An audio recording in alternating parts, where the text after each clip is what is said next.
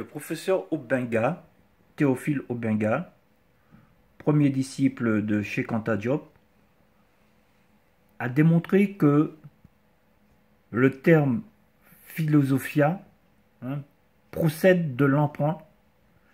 Ce terme viendrait du mot égyptien seba.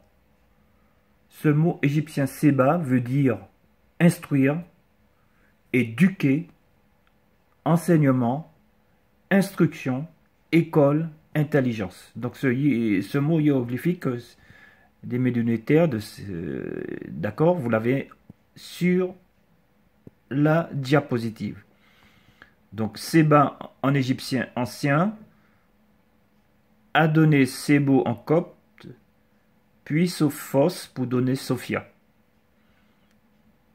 D'accord. Alors, vous avez ici plusieurs graphies hiéroglyphiques, des mots hiéroglyphiques. D'abord, le tout premier, Kem-Ur, qui veut dire le grand noir.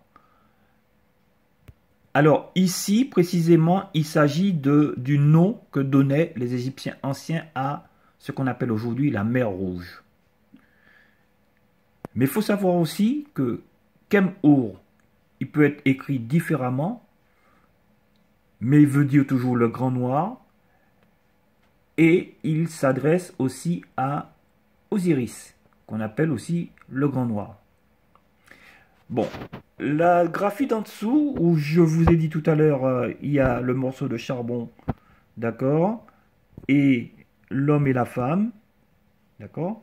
Donc ça, c'est ce mot-là, Kamit, qui littéralement veut dire les noirs.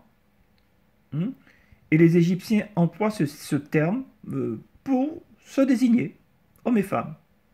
Kamit. D'accord? Donc, voyez le terme qui est en dessous, avec le bovidé. D'accord? Eh bien, les falsificateurs de l'histoire traduisaient la graphie avec le bovidé bétail noir. Vous voyez, parce que devant,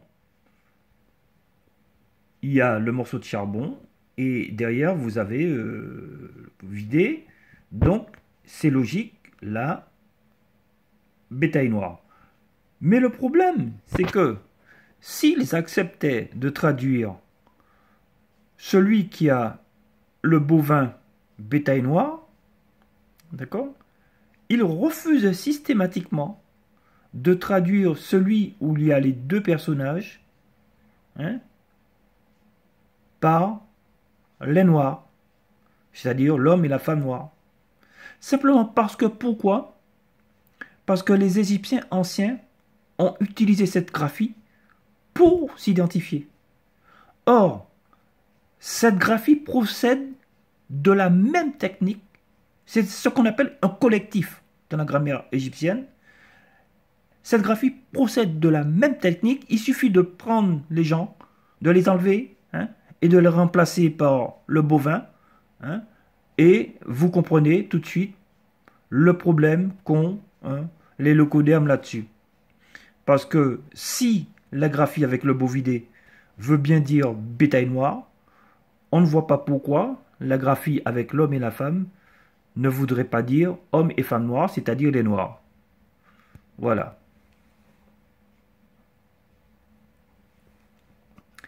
Alors, autre chose, et ça il faut le savoir. En fait, le mot noir, au jour d'aujourd'hui, en Europe et en particulier en France, a une connotation péjorative. D'accord?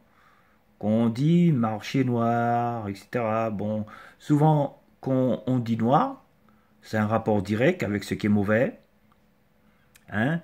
ce qui est sale, idée noire, etc. Voilà, marché noir, etc. Eh bien, il se trouve que ça n'a pas toujours été le cas. Dans l'Égypte pharaonique, on va dire que c'était plutôt le contraire. Parce que la première graphie qui est en haut, c'est en fait le verbe kem, qui veut dire être noir. Vous avez le morceau de charbon devant, c'est le verbe être noir. Et ce verbe être noir voulait dire mener à bien, s'élever à achever, accomplir, payer, compléter, servir, mais aussi ça voulait dire être noir. C'est-à-dire que ce verbe était employé que pour des choses positives. Alors que celui que vous avez en dessous et qui a un déterminatif en forme de cobra, un serpent, eh bien, cette graphie veut dire être blanc. Mais sa signification, il se prononce en égyptien ancien Edji. Mais sa signification aussi, en dehors de être blanc, veut dire détruire, être un peu simplet, être bête, anéantir, tuer, abattre, périr, renverser, désobéir, annuler, endommager. C'est-à-dire que tout ce qui est négatif. Donc, en résumant tout ça, kem, le verbe kem, être noir, veut dire aussi des choses positives. Et le verbe heji, être blanc, veut dire des choses négatives. D'accord?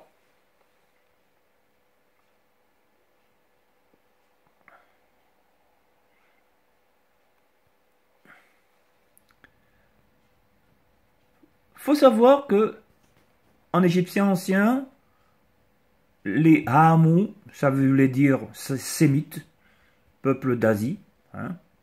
D'accord?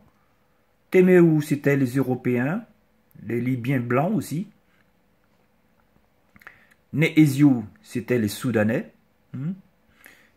Et les Égyptiens, avec le mot kamite, s'appelaient aussi, ils se donnaient aussi le nom de Remetou. Voilà.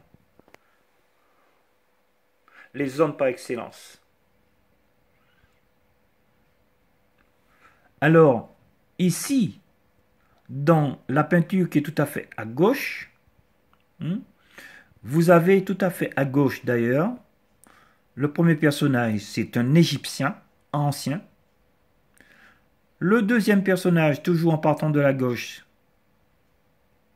c'est un Indo-Européen, un Européen. Le troisième personnage, en partant de la gauche, c'est le Soudanais, qui est représenté de la même façon que l'Égyptien ancien. Et le quatrième personnage, tout à fait à droite, c'est le Sémite. Bon, maintenant, si on passe à la deuxième image qui est à droite, c'est la représentation des Égyptiens anciens, donc des Kamites, dans le tombeau de Ramsès III. Donc vous voyez, noir charbon.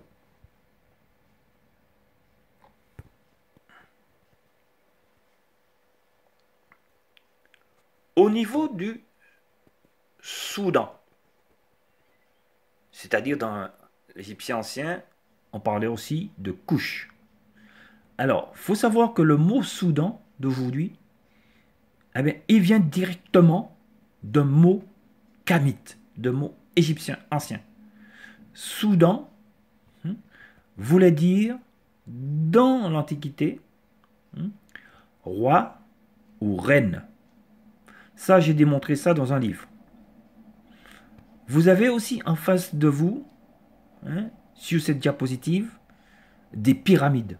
Il faut savoir que le pays qui possède le plus de pyramides au monde, et parmi les plus anciennes, c'est le Soudan.